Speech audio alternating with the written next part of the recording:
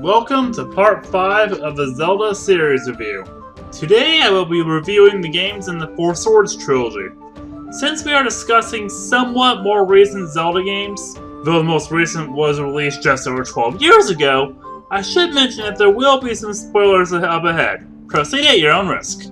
The Four Swords Trilogy, Nintendo's first attempt to make multiplayer Zelda games. Well, the first two are at least. They were at least interesting experiments, and I will be discussing all three of them today. First up is Four Swords, which was released as part of the Game Boy Advance remake of A Link to the Past in 2002, and later released on the DSi in 2011. Four Swords takes place ages before all the other Zelda games made at the time, and introduces a new villain, Vati the Wind Mage. He escapes from the Four Sword and captures Zelda to make her his bride. Link must take the Four Swords, split into 4 beings, and go through 3 areas before going to Vati's palace and challenging him, sealing him back in the Four Sword. That's all there is to Four Swords. There isn't really a lot to say about the first Four Swords. It was Nintendo's first attempt at a multiplayer Zelda, and can only be played if you know at least one other person who owns the game, or happen to own 2 or more copies and Game Boy Advance systems. This, fortunately, was fixed when Nintendo released the game on the DSi in 2011 for Zelda's 25th anniversary. A single-player mode was added to that release, and it should have been there when the game first came out. Seriously, it really should have been. Four Swords did have interesting concept though, especially with its dungeon design. The areas in the 4 dungeons are randomly generated, which gives a different experience every time you play. That is interesting and is perfect for a multiplayer Zelda game. As you can probably tell, this isn't exactly a favorite of mine. The second part of the trilogy, Four Swords Adventures, was released in 2004 for the GameCube. It has a multiplayer component, but it, thankfully, does have a single-player mode, and a rather fun one at that. The game takes place centuries after the first Four Swords, when Link and Zelda run into Shadow Link, who captures Zelda and 6 other maidens, forcing Link to draw the Four Swords from its pedestal and free Vati, unleashing this ancient evil on the world once more. Link then must go rescue the 6 maidens and Princess Zelda. Along the way, they encounter some Knights of Hyrule who are turned into dark creatures, forcing the 4 Links to slay them and get the 4 royal jewels to keep kept in the Four Sword Sanctuary. They also mentioned that a new evil has emerged who is revealed to be a reincarnation of Ganon. He created Shadow Link using the Dark Mirror to trick Link into freeing Vati, using him as a distraction as he committed his own evil deeds. After Link saves all 7 maidens, he goes to confront Vati in his palace, killing him before they have to confront Ganon himself. With Vati gone, there's now a vacancy in the Four Sword, a vacancy that would soon be filled by Ganon, with an additional seal in place to ensure he'll never escape, and a seal that appears to have worked since we haven't seen this Ganon escape yet. Four Swords Adventures is a lot of fun and a marked improvement over the first.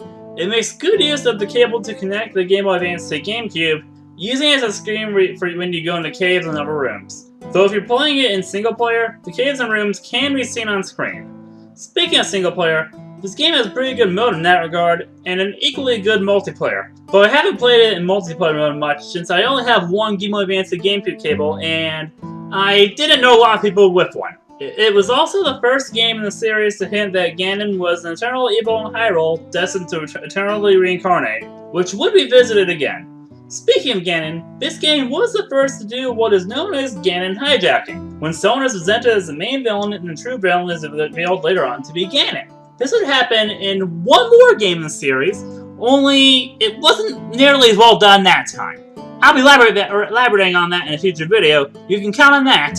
The game is more linear than most Zelda games since you go through a series of stages, much like the first Four Swords. The game also introduced Force Gems, which you must gather in each stage to power up the Fourth Sword to destroy a barrier at the end. If you don't, you get an electrical shock and is sent back in time to get the remaining Force Gems you need. Just watch out for Tingle, an annoyance who made his debut as a map salesman in Majora's Mask and had a brief appearance in Oracle of Ages, and is now here as a Force Gem thief. So when you see him floating, get all the Force Gems on the screen before he gets a chance. Though it is fun to watch him attempt to steal a huge gem, only to realize he can't and float away. If you can't tell right now, I really enjoy this game. The final installment in the Four Swords Trilogy, the Minish Cap, was released on the Game Boy Advance in 2004 in Japan and Europe, and in the US in early 2005. Unlike the other two Four Swords games, this is a strictly single-player adventure. It is only a Four Swords game in terms of story. The Minish Cap is a prequel to the other Four Swords games, showing the origins of Vaati and the Fourth Sword. Yep, we witnessed Vaati's death in the previous game, and his origins in this one. Link in this game is the grandson of a master swordsmith and a childhood friend of Princess Zelda, who sneaks out of the castle to take Link to the Picori Festival. The Picori being tiny creatures that love helping the people of Hyrule, often by placing items in pots and under rocks. Yes, Nintendo actually gave an in-universe explanation behind why items can be found under rocks, pots, and in grass, and not just being for player convenience. The world of the Picori and Hyrule connect only once every 100 years, and this happens to be the 100th year. After going to the Picori Festival, Link and Zelda go to the castle to get ready for a tournament that takes place every year. The Picori Blade, which was given to a legendary hero long ago to slay a bunch of monsters, is brought out for a tournament, and the winner is Vaati. He destroys the Picori Blade, releasing many monsters out into the world, and turns Princess Zelda to stone to ensure she doesn't get in his way. He's angered when he finds out what he's searching for, the Light Force, is not in the chest and leaves. Link is given a task to find the Picori and have them reforge the broken Picori Blade to break Vaati's curse since adults can't see them. Link goes to the Minish Woods and meets a talking hat named Ezlo, who serves as his hat and the companion character for the game. Link meets the Picori, who refer to themselves as the Minish, and is told they need to gather 4 elements to forge the Picori Blade into a new sword.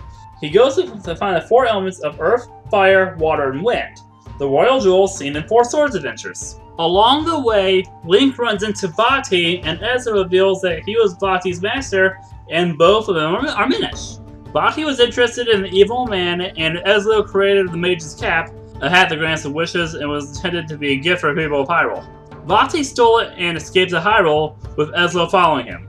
Vaati captures the king and takes his place a short while later. After collecting all the elements, Link reforges the Picori Blade as the Fourth Sword, revealing the significance behind the Royal Jewels is that they helped create the Fourth Sword. Link breaks the curse on Zelda before defeating Vaati, though his fate isn't exactly clear at this point. The curse on Ezlo is broken, and he gives Zelda the Mage's Cap to fix the damage Vaati caused before giving Link a hat and leaving. The Minish Cap is an excellent game that, like many other Zelda games, or most Nintendo games for that matter, was not afraid of experimenting. An important element of the game are kinstones, which can be fused with various characters throughout the game to get various rewards and even progress through the game. These include a bomb upgrade that lets you detonate them whenever you want to. It also offers an interesting take on the dual world idea, but instead of 2 interconnected worlds, you have different takes on the same world. Let me explain. At various points in the game, Link must shrink down to the size of a Minish to accomplish certain tasks and even entire dungeons. This offers a unique form of challenge since usually harmless things like puddles are now dangerous to you, and normal enemies like Octrox and Choo-Choos serve as dungeon bosses. Now, given the number of elements, one might think that there are only 5 dungeons, 1 for each element and then the final dungeon, but there are actually 6. When you go to the Fortress of Winds to get the Wind element, and after defeating the game's resident Bongo Bongo wannabe, you find out that the element isn't there because the Wind Tribe that has it moved to the clouds in the centuries between the time the information about the elements written down and the events of the game. This is something I don't often see in games like this. After all, civilizations sometimes have a habit of moving locations over the centuries. Now, 6 dungeons isn't a lot, so there are a ton of side quests to keep you busy, ranging from finding pieces of heart to collecting figurines and defeating ghosts. And those can be fun to do, let me tell ya! Though there are a few weird things. For instance, you learn 8 sword skills throughout the game, yet some of them are basic ones that you should have from the start, like the spit attack. What the heck, Nintendo? Though the Minish Cap is truly an excellent game, it also has the unfortunate distinction of being the last 2D Zelda. That is, the last one made using 2D sprites, since all the other ones made since, including games made in the top-down style, have been made using 3D models. So it is kind of sad to see the end of an era like this. But on the bright side, the 2D Zelda games could not have asked for a better note to end on. Given that the previous gen consoles are backwards compatible with the systems the Four Swords games were originally released on, there have not been a lot of re-releases. One actually hasn't been re-released at all. As I mentioned at the beginning of the video, Four Swords was re-released in 2011 as a free DSiWare title as part of the Zelda 25th Anniversary celebration, meaning it was available on both the DSi and 3DS. However, it was removed in 2012 once the celebration was over. Now, I don't know why Nintendo didn't just make a paid game after that year was up instead of removing it completely, but I'm getting off topic. So unless you got it then, the only way to play it is to get 2 Game Boy Advances and 2 copies of A Link to the Past Four Swords.